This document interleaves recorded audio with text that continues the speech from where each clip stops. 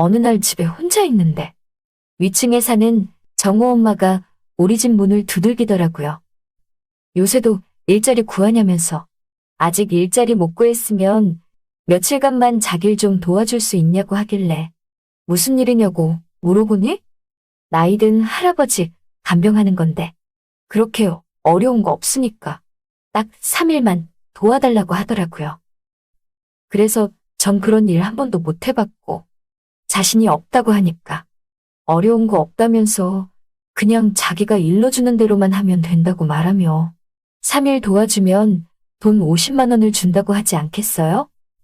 그 말이 왜 이렇게 혹하게 다가오는지 당장 돈도 필요하고 그래서 그럼 3일만 딱 도와주면 되냐고 물어보니까 그렇다면서 3일 다 도와주고 일 끝내면 그때 현금으로 50만 원을 준다고 했답니다. 그래서 그렇게 하기로 했어요. 저 같은 경우는 남편과 이혼한 후 현재 혼자 살고 있는 아줌마랍니다. 나이 50 넘어서 혼자 살려니 정말 힘들더라고요. 경제적으로도 왜 이렇게 궁핍하게 다가오는지. 사실 남편 몰래 바람 한번 폈다고 이렇게 느지막이 이혼당할 줄이야. 꿈에도 생각 못했어요.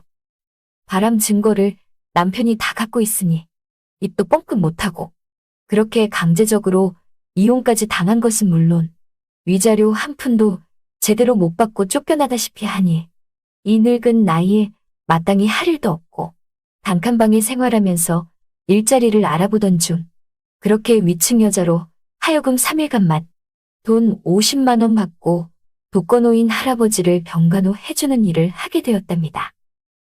솔직히 그런 일 한 번도 해본 적도 없지만 뭐 위층 여자가 자세히 알려준다고 하니 별 어려움은 없겠다 싶었어요.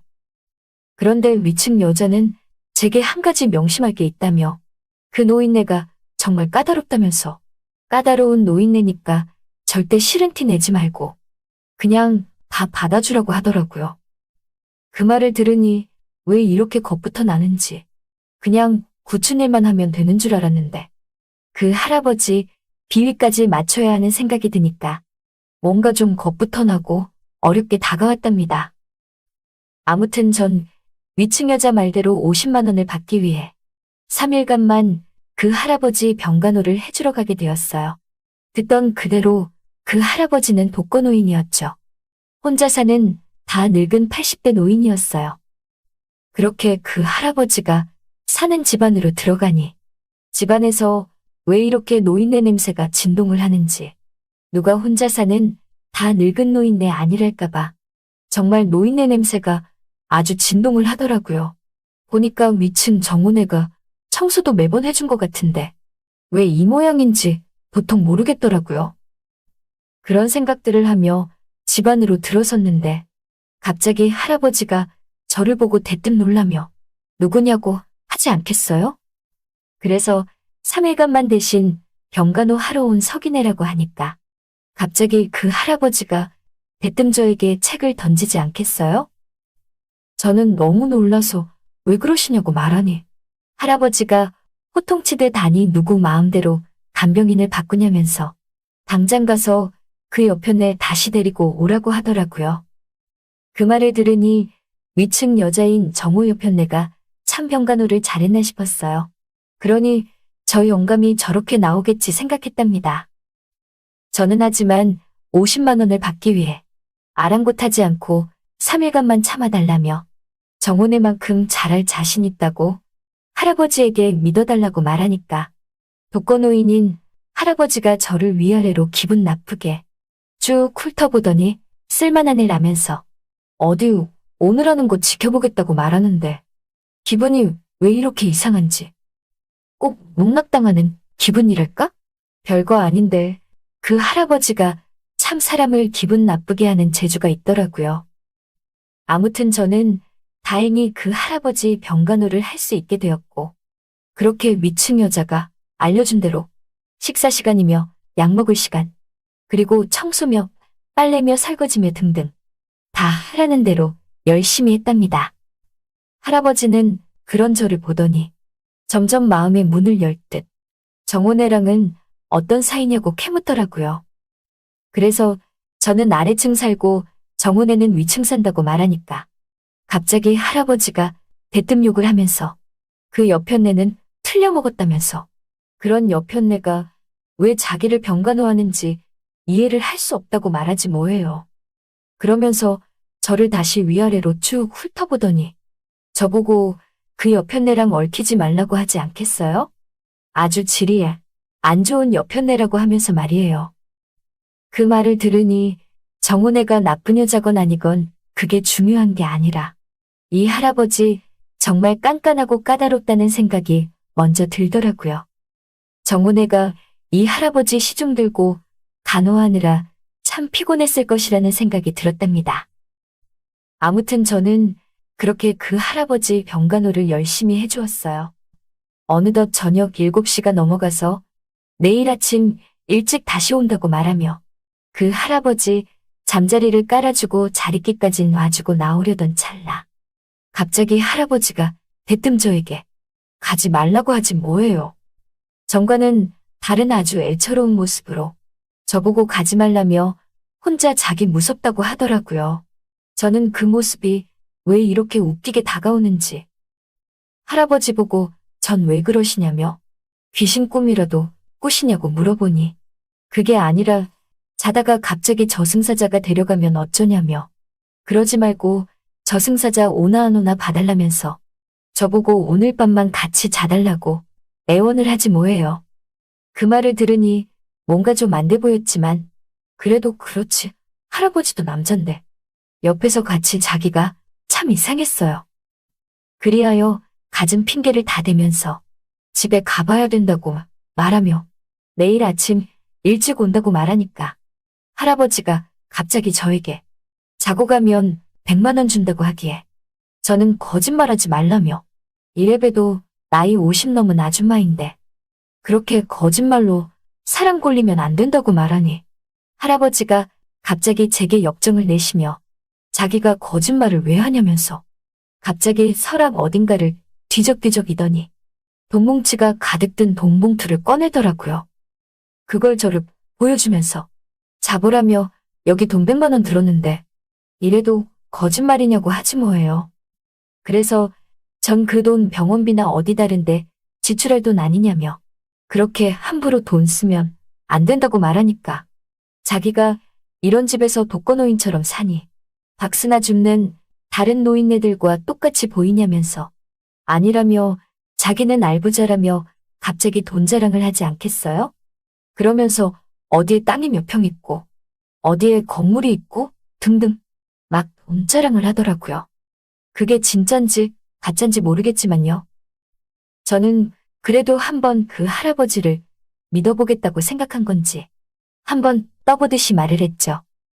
그럼 할아버지 봉투에 든 100만 원 정말 줄 거냐고 물으니 정말이라며 오늘 밤만 곁에서 저승사자 지켜주며 자고 간다면 100만 원을 준다고 했답니다. 그래서 전 내일이면 마음 바뀔지 모르니 선불로 달라고 말하니까 잡아들라며 글쎄 봉투에 든 두둑한 100만 원을 덥석 주더라고요. 그 돈을 받았으니 저는 하는 수 없이 할아버지와 함께 잠이 들게 되었는데 같이 자는 건 너무나 웃긴 일이고 그냥 먼저 할아버지를 재워야겠다 생각해서 주무시라고 하며 아이처럼 자장가까지 불러주니 할아버지가 고요히 잠이 드시더라고요. 그래서 저도 너무나 피곤한 나머지 바로 골아떨어졌답니다. 그런데 그 다음날 정말 전기겁을 하고 말았어요. 아니 할아버지랑 저랑 마치 부부처럼 나란히 누워서 자고 있지 않겠어요? 저는 그런 제 모습에 놀라 벌떡 일어나니 할아버지가 저보고 하는 말이 어제는 정말 고마웠다며 이렇게 나란히 누워서 자니까 꼭 죽은 임자를 만난 것 같다고 하지 않겠어요? 그러면서 제 두 손을 꼭 잡으시는데 왜 이렇게 민망하던지? 저는 이러시지 말라며 오늘도 할 일이 태산이라고 하니까 이것도 자기 병간호에 속한 데나 뭐래나 그러면서 저를 어제와는 다르게 마치 자신의 임자처럼 대하더라고요. 그러면서 또다시 돈 자랑을 하시지 뭐예요. 어디에 뭐가 있고 얼만큼의 재산이 있으며 자기랑 살면 그거 다 줄 수 있다고 하길래 어제 돈 100만 원을 덥석 받아서 그런지 이상하게 오늘은 그 할아버지 말이 거짓말처럼 들리지 않지 뭐예요. 어제도 돈 100만 원 덥석 받았겠다. 왠지 이 할아버지 말처럼 정말 알부자가 아닐까 생각했어요. 그런 생각들로 병간호를 해주며 어느덧 두 번째 밤이 찾아왔고 그날도 저녁 7시쯤이 돼서 이만 가본다고 하니까 갑자기 또 돈 봉투를 꺼내시며 오늘도 자고 가면 돈 100만 원을 준다고 하기에 그 유혹에 못 이겨 또 그냥 자고 가게 되었답니다. 그리고 다음 날이 되어서 전 또 기겁을 하고 말았어요. 아니 할아버지와 제가 다정히 부둥켜 안고 자고 있지 않겠어요? 저는 너무 놀라서 이게 어떻게 된 거냐고 물으니 할아버지가 갑자기 웃는 얼굴로 정말 죽은 임자랑 똑같다면서 자기가 가진 재산을 제게 다 맡기고 싶다고 하지 뭐예요. 그래서 전 그 재산이 정말 있는 거냐고 물으니 정말이라며 저보고 재산이 탐이 나냐고 말하길래 솔직히 조금은 탐이 난다고 말하니 할아버지는 그럼 정혼애 대신 저보고 앞으로 병간호를 맡아달라고 했답니다. 그래서 이미 정혼애가 오래전부터 병간호를 했는데 어떻게 그러냐고 말하니 못할 게 뭐 있냐면서 자기가 정혼애를 자르면 된다고 해서 저는 그냥 할아버지가 하는 행동을 지켜만 봤는데 아니나 다를까 그 할아버지네서 3일을 보낸 뒤 위층 여자에게 돈 50만 원을 받은 다음 날 아침에 위층 여자가 제게 찾아오더라고요. 그러면서 정은혜가 갑자기 저에게 어떻게 그럴 수 있냐며 무슨 여우짓을 했길래 영감님이 자길 잘났냐면서 갑자기 머리끄댕이를 잡지 않겠어요? 그래서 전 이건 우울하며 대기 영감님 돈 주고 맡긴 거 아니냐고 말하니까 자기가 이제껏 그 영감 재산 노리고 열심히 작업 다 해놨는데 저보고 한순간 다 물거품 되게 만들었다나 뭐래나 아무튼 막 저 때문에 모든 게 물 건너갔다는 식으로 말하더라고요. 그 말을 들으니 그 할아버지 재산이 정말 많은 건 확실한 것 같았답니다. 저는 위층 여자 대신 그 할아버지 병간호를 계속하게 되었고 입주가정부처럼 그 할아버지 병간호와 더불어 집안일을 다 도맡아서 하게 되었어요. 그러던 어느 날 그 할아버지와 함께 산 지 한 달이 넘어간 날이었는데 할아버지가 제게 재산의 일부를 주면서 그동안 원저간 임자처럼 느끼게 해줘서 고마웠다고 하지 뭐예요. 그 말을 들으니 할아버지의 임종이 얼마 남지 않았다고 생각했답니다. 아니나 다를까 다음날 할아버지는 제 옆에서 누워 죽음을 맞이하셨어요. 그렇게 할아버지를 떠나보내고 나서 저는 할아버지가 제게 준 일부의 재산으로 좋은 남자 만나서 재혼도 하고 싶었던 가게도 열어서 지금 잘 나가고 있답니다. 이 모든 게 바로 그 할아버지 덕분인데 제가 그래도 독거노인이었던 그 할아버지 마음에 들었던 모양이에요. 사실 나이 차이만 별로 안 났으면 그 할아버지랑 재혼도 하고 싶었지만 역시나 그건 무리였나 봅니다. 이제 와서 하는 말이지만 재산이 있다고 해서가 아니라 저도 사실 그 할아버지가 남자로서 싫지 않았답니다. 부끄럽지만 사실이에요. 왠지 오늘은 그 할아버지가 더욱더 보고 싶어지네요.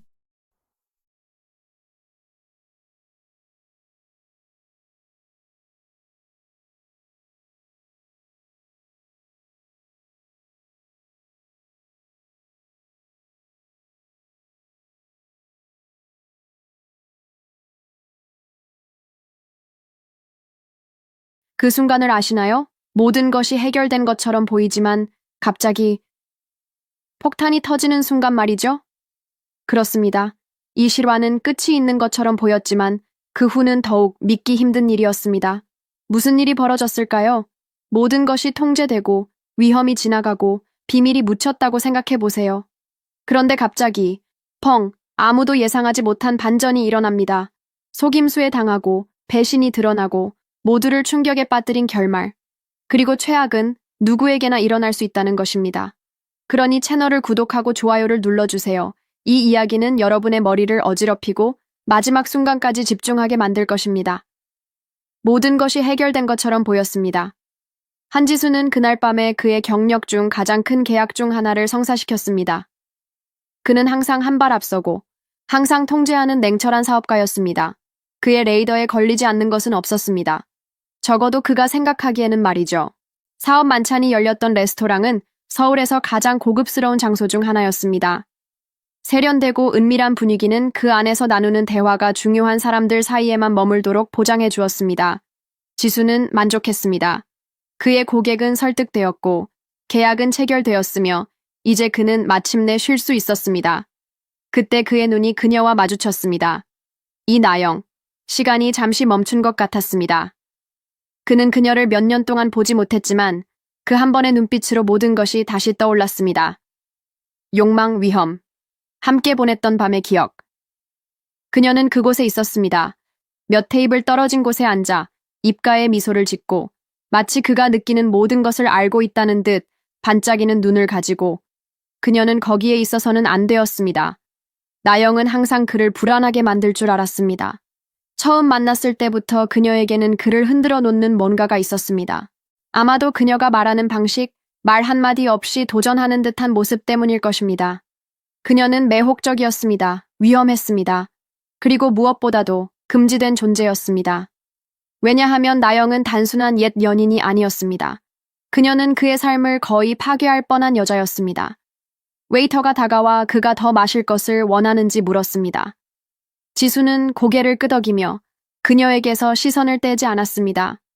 그의 온몸이 긴장했습니다. 나영은 그를 직접 쳐다보지 않았지만 그가 거기 있다는 것을 알고 있었습니다. 그녀의 존재는 게임처럼 그가 무시할 수 없는 도발이었습니다. 그녀가 일어나 밭 쪽으로 걸어갔을 때 지수는 두 가지 선택 중 하나를 깨달았습니다. 그녀를 무시하고 저녁을 계속 보내고 그녀가 결코 나타나지 않은 척할 수도 있었습니다. 혹은 그녀를 따라갈 수도 있었습니다. 그리고 그는 이미 어떤 선택을 할지 알고 있었습니다. 부드럽고 거의 최면에 걸리게 하는 배경 음악이 흐르고 있었습니다.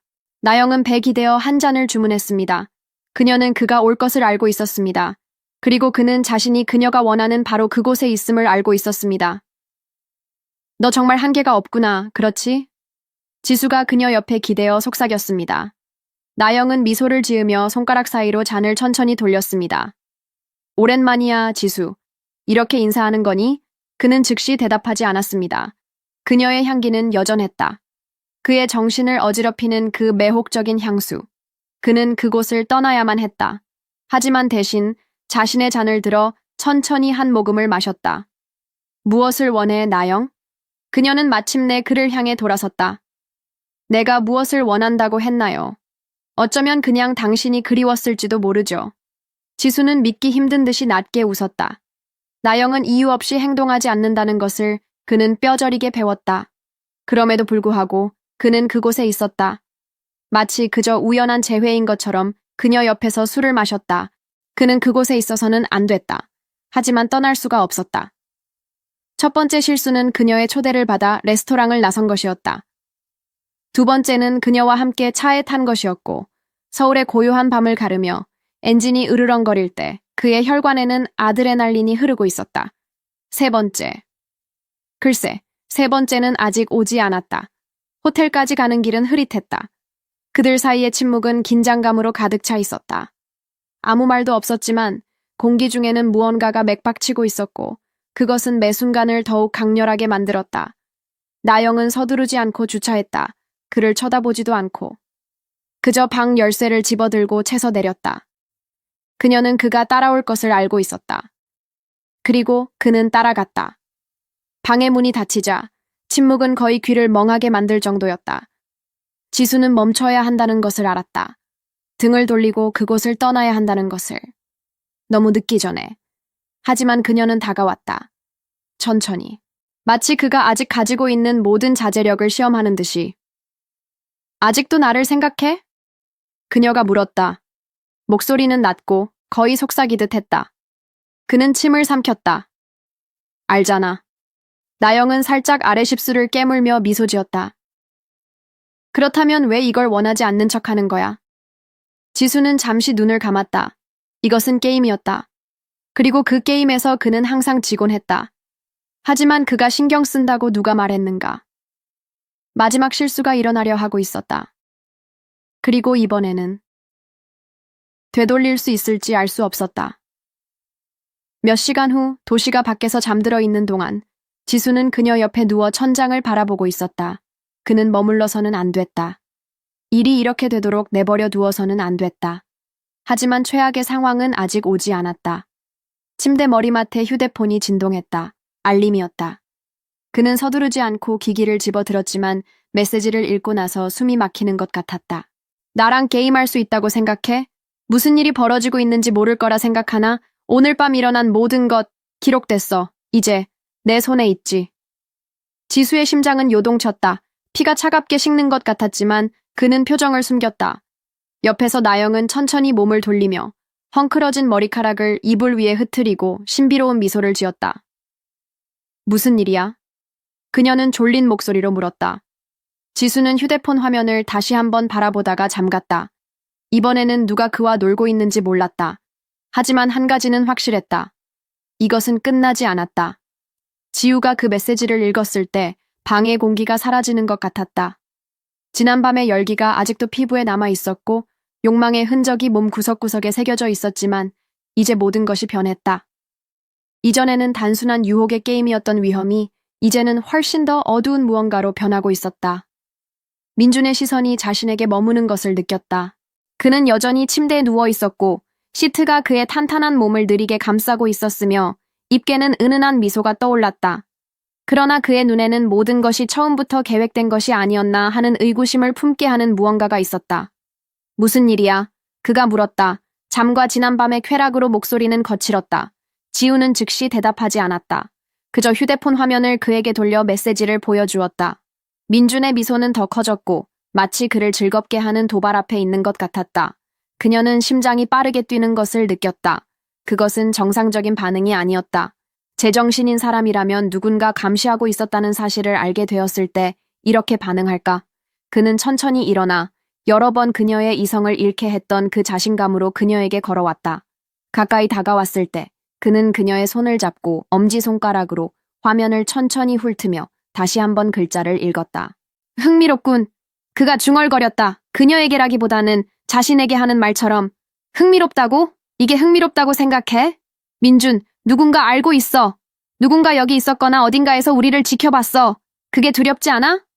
그녀는 뒤로 한 걸음 물러나려 했지만 소용없었다. 그는 항상 그녀를 다시 끌어당길 줄 알았다. 내가 두려운 것은 그가 시작하며 손으로 머리카락을 헝클었다. 네가 내가 이걸 처음부터 몰랐다고 생각하는 거야. 지우는 등골을 타고 차가운 전율이 흘러내리는 것을 느꼈다. 숨이 가슴에 걸렸고 심장이 늑골을 두드렸다. 그가 알고 있었다고? 언제부터? 어떻게? 그게 무슨 말이야? 그녀의 목소리는 그녀가 원하는 것보다 낮게 나왔다. 민주는 그녀를 여러 번 무장 해제시켰던 게으르면서도 도발적인 미소를 지었다. 그러나 이제는 뭔가 달랐다. 뭔가 위험한 것이 있었다. 우리가 결코 혼자가 아니었다는 뜻이야. 발밑의 땅이 사라지는 것 같았다. 지난 밤의 이미지들이 플래시처럼 떠올랐다. 접촉, 속삭임, 타오르는 몸의 열기. 누군가 그것을 모두 봤단 말인가? 기록했단 말인가? 그리고 더 나쁘게도 그것을 그녀에게 불리하게 사용할 것인가? 네가 알고 있었으면서도 그녀의 목소리가 흔들렸다. 그럼에도 불구하고 나는 매 순간을 즐겼지. 그는 더 가까이 다가와 그녀의 턱에 손을 대고 그녀의 얼굴을 들어 그의 눈을 바라보게 했다. 그리고 너도 그랬잖아. 지우는 덫에 걸린 사냥감처럼 느꼈다. 한편으로는 도망가고 싶었고 그 방을 나가 민준에게서 최대한 빨리 멀어지고 싶었다.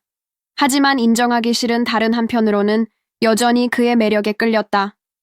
지금 이 순간에도 모든 것이 잘못되었다는 것을 알면서도 욕망은 여전히 그녀의 혈관을 타고 흐르고 있었다. 이 일을 꾸민 사람이 누구야? 그녀는 목소리를 굳게 유지하려고 노력하며 물었다. 그건 우리가 알아내야지. 그는 그녀의 팔을 따라 손가락을 스치듯 지나갔다. 가벼운 터치였지만 전율이 잃었다. 하지만 그 전에 우리가 해야 할 게임이 있어. 지우는 논리가 존재하지 않는 세계로 끌려가는 느낌이 들었다. 모든 결정이 자신이 통제할 수 없는 힘에 의해 이끌리는 것 같았다. 그리고 깊은 곳에서 민준이 이 혼돈의 중심이라는 것을 알고 있었다. 그는 언제나 그랬다. 하지만 이제 게임은 더욱 위험해지려 하고 있었다. 그녀는 그 게임에서 무사히 빠져나올 수 있을지 알 수 없었다. 지우는 심장이 빨리 뛰는 것을 느꼈지만 그것은 단순한 두려움 때문만은 아니었다. 더 강력하고 통제할 수 없는 무언가가 있었다. 민주는 여전히 그녀를 바라보고 있었고 그의 손길은 부드러웠지만 시선은 날카로웠다. 그녀의 모든 반응을 분석하는 듯했다. 그는 그것을 즐기고 있었다. 그리고 그것은 그녀에게 분노와 욕망이 뒤섞인 폭발적인 감정을 불러일으켰다. 네오는 이걸 게임이라고 생각하니, 민준? 그녀는 좌절감을 숨기지 못한 채 속삭였다. 그는 고개를 약간 기울이며 입가에 반쯤 미소를 띠고 다가왔다. 몸이 거의 닿을 듯 가까이 다가왔다. 지우는 그의 열기를 느꼈고 나무 향이 감도는 매혹적인 향기를 맡았다. 피해야 할 독이라는 것을 알면서도 피할 수 없었다. 인생의 모든 것이 게임이야, 지우. 차이점은 모두가 그 게임을 할 줄 아는 건 아니라는 거지. 그의 목소리는 신비로움이 가득한 속삭임이었다. 그는 그녀의 허리를 따라 손가락을 천천히 움직여 등을 따라 엉덩이 사이의 작은 틈에서 멈췄다. 가벼운 터치였지만 그녀의 피부를 불타오르게 했다. 그를 밀어내야 했다. 한 걸음 물러나서 자신의 물건을 챙겨 그곳을 떠나야 했다. 너무 늦기 전에. 하지만 사실 너무 늦었다. 언제나 그랬다. 이 일의 배후가 누구야? 그녀는 실제 위협에 집중하려고 노력하면서 다시 물었다. 민준이 그녀의 마음을 어떻게 뒤흔드는지 알고 있다는 사실에 집중하지 않으려고 했다. 그는 낮고 거의 들리지 않는 웃음을 터뜨리며 그녀의 팔을 따라 손을 움직여 휴대폰을 집었다. 몇 초 동안 화면을 바라보더니 잠가버리고 침대 위에 던졌다. 정말 알고 싶어? 그는 그녀의 얼굴을 자세히 살피며 혀로 입술을 훑었다. 아니면 속으로는 결국 이런 일이 일어날 것이라는 걸 알고 있었으면서도 모르는 척하고 싶은 거야? 지우는 등골을 타고 전율이 흘렀다. 민준이 옳았기 때문이다. 그를 다시 만난 순간부터 이런 일이 일어날 수 있다는 것을 알고 있었다. 그는 평범한 남자가 아니었다. 그는 단순히 게임에 참여하는 것이 아니라 규칙을 정하는 사람이었다. 그리고 이제 그녀는 그에게 얽매여 있었다. 내게서 무엇을 원하는 거야? 그녀는 조종당하는 것을 싫어했지만 그 위험한 시선에 사로잡힌 느낌을 더 싫어하는 것을 알고 있었다. 민주는 옆으로 미소를 지으며 아무런 경고 없이 그녀의 허리를 단단히 잡아 더 가까이 끌어당겼다. 두 몸이 닿자 지우는 숨을 멈췄다. 그녀는 그의 몸의 모든 선을 느꼈고 그가 자신의 영향을 알고 있음을 알았다. 네가 내게 원하는 것과 같아. 그가 그녀의 피부에 속삭이듯 말했다. 지우는 부정하고 싶었다. 물러나서 게임하러 온 게 아니라고 말하고 싶었다. 하지만 민준이 입술을 그녀의 목에 스치듯 가져가자 모든 이성적인 생각이 사라져 버렸다. 그녀의 몸은 정신이 논쟁을 벌이기도 전에 반응했고 손가락은 그를 붙잡았다. 마치 물에 빠져 허우적대는 사람처럼. 민준, 그녀가 말할 수 있었던 전부였다. 그가 그녀의 입술을 자신의 입술에 맞대기 전까지. 키스는 처음엔 느리게 시작되었다. 욕망과 도발 사이의 대결이었다. 민주는 그 순간 그녀를 완전히 장악하고 있다는 것을 알고 있었고 지우는 그것이 얼마나 그녀를 흥분시키는지 인정하기 싫었다. 그의 손은 그녀의 몸을 따라 움직이며 자신이 무엇을 하고 있는지 잘 아는 사람의 소유욕으로 그녀를 붙들었다. 그리고 그녀는 그것이 싫었다. 하지만 더 싫은 것은 더 원하고 있다는 것이었다. 휴대폰이 침대에서 진동하며 그녀를 현실로 돌아오게 했다. 지우는 눈을 뜨고 숨을 헐떡이며 민준을 살짝 밀어냈다. 그 키스의 전율이 여전히 그녀의 몸을 타고 흐르고 있었다.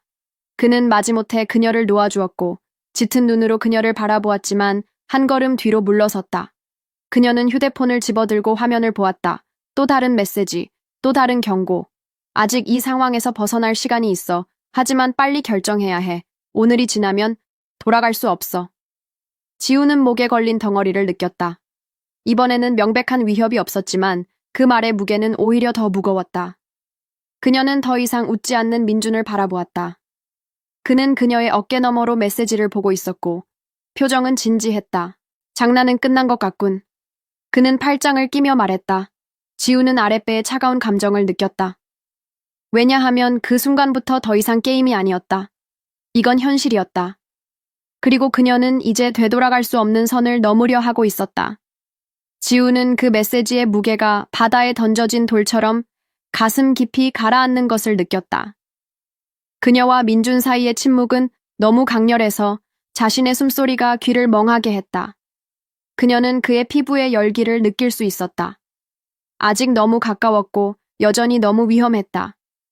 하지만 이제 그들 사이에 불타오르던 욕망은 훨씬 더 큰 무언가에 가려졌다. 두려움.